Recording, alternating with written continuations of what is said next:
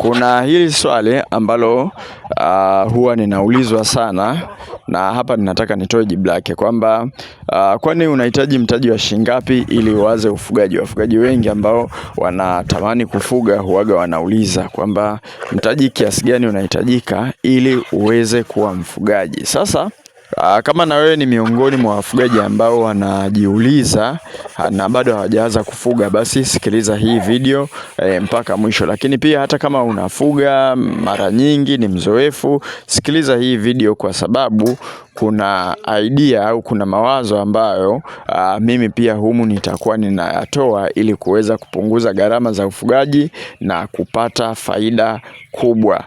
Sisi mara nyingi sana tumekuwa tukifuga hapa kuku chotara, lakini pia tumekuwa tukifuga kuku wa kienyeji, tumekuwa tukifuga kuku aina ya broiler. Sasa katika kuku wote hawa ambao tunakuwa tunawafuga hapa, kwenye upande wa bajeti huwaga wanatofautiana sana, lakini pia kitu ambacho huwa kinatofautisha bajeti inategemea hao kuku unawafuga kwa ajili ya nini na unawafuga kwa muda gani. Sasa nataka nianze na hawa chotara, nitakuja na kuku wa kienyeji, pia nitakuja kumalizia huko mbele na kuku aina ya broiler. Nikianza na hawa chotara, wapo wafugaji hapa wa aina tofauti tofauti wanapokuwa wanafuga chotara. Yupo mfugaji ambaye yeye anachukua vifaranga wakiwa wadogo kabisa, anawafuga mpaka wawe kuku wakubwa, wale wa miezi 4, 5 waanze kutaga na kuendelea huko. Lakini pia yupo mfugaji ambaye yeye anawachukua hawa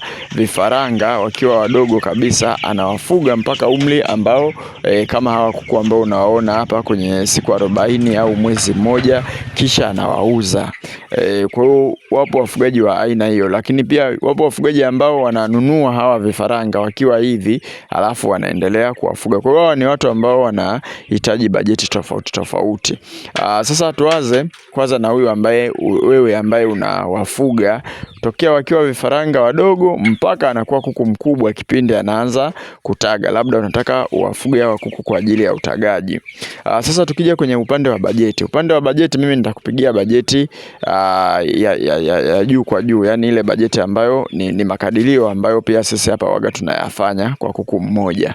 Kuku mmoja mpaka afikishe miezi minne, kwa gharama za sasa hivi, hapo umemlisha chakula cha dukani, umeanza na starter, umemlisha grower pale kidogo, ukalipofikisha kama mwezi mmoja ukaanza kumchanganyia chakula, kuku mmoja anaweza kagharimu kama 20,000 au 23,000. Kwa hiyo yani hiyo ndio gharama ya kumlisha kuku mmoja, yani pamoja na gharama ya kifaranga. Kwa hiyo kama una kuku 100 mpaka afike miezi 4, inatakiwa uwe na 2,300,000, yani wastani. Yani hiyo ndio bajeti yako ambayo utatumia kwa hao kuku. Ndio huaga tunafanyaga mahesabu kama hayo kiurahisi kabisa, ili uweze kujua bajeti ambayo unaweza ukatumia kwa kuku wako. Umeona? Lakini kwenye hii bajeti manake, kwa mfano kama wewe ndio unafuga kuku aina hii, hawa kuku wanakujaga jogoo na tetea, na huwezi ukajua idadi yao. Labda kama umefuga kuku 100, wanaweza wakawa nusu, tuseme labda nusu ni jogoo, nusu ni tetea. Kwa hiyo huwezi ukawaacha jogoo wote wakifika miezi 4 waendelee kuishi na hawa tetea. Mara nyingi sana huaga tunawauza jogoo, lazima uwapunguze. Hata kama unataka kwa ajili ya kutotolesha labda mayai yake, ili jogoo wapande tetea, lazima utapunguza tetea. Kwa hiyo pale itakufanya wewe utarudisha gharama kiasi fulani ambazo ulikuwa umezitumia kwa ajili ya hawa kuku. Kama wewe ndio mfumo wako wa kufuga ni huo, basi hayo ndio maelezo ya msingi kwenye upande wa bajeti. Lakini kama wewe unafuga hawa kuku mpaka siku 40, tuchukulie siku 40 vifaranga, kisha unawatembeza. Wapo wafugaji ambao wao wanachukua vifaranga wakiwa wadogo kabisa, wanawalea mpaka wanafika siku 40. Wakifika siku 40 wanaenda kuwauzia wafugaji wengine. Wanakuwa wanawauzia hao vifaranga wafugaji wengine na wanapata faida vizuri kabisa. Kwa hiyo bajeti ya kuku mmoja hapa mara nyingi sana waga inasimama kwenye 6,000, na hapo zingatia kwamba umewachanganyia chakula, na chakula ambacho umewachanganyia kati ya siku 25 kwa kutumia formula nzuri kabisa. Kwa mfano formula ambazo zipo kwenye vitabu vyetu sisi KingoFarm, Kwa hiyo utajikuta umetumia hizo gharama kwa kuku mmoja. Kwa hiyo kama una kuku 100 basi utakuwa umetumia 600,000, yani haiwezi kazidi hapo kama umeenda vizuri kwenye bajeti zako. Kwa hiyo inategemea unauzeje. Kwa mfano huku kuku kama hao unaoona hapo wanauzwa shilingi 10,000. Kwa hiyo na hii ni njia nyepesi sana ya kufuga hawa chotara. Yani kama wewe ni mfugaji wa chotara, njia nyepesi ya kuwafuga chotara ni kuwatoa vifaranga, kuwapeleka mpaka siku ya 40, kisha unawapeleka sokoni. Sasa hii inategemeana. Kuna sehemu nyingine unaweza ukakosa watu ambao wanakuwa wanapendelea kununua vifaranga kama hawa. Maeneo ya vijijini au miji ambayo ndio inakuwa huaga wanapenda sana kununua hawa kuku, na mara nyingi sana utakutaga vijana wanawapitisha kwenye matenga. Wanapita nao barabarani kwenye matenga. Sasa hapo unaweza ukaona hizi njia zote mbili zinahitaji ununue vifaranga, na vifaranga unahitaji kuvipata kutoka kwenye makampuni ambayo yanaaminika yatakupa ule uzao wa kwanza kabisa. Ukijiunga na group letu sisi KingoFarm la WhatsApp kwa ada ya shilingi 8,000 kwa muda wa miezi 2, huaga tunataja kabisa ili kampuni linafaa, ili kampuni linazingua, lakini pia unapata na mafunzo ya kuwalea hao vifaranga. Kila kitu utakipata kwenye kundi letu.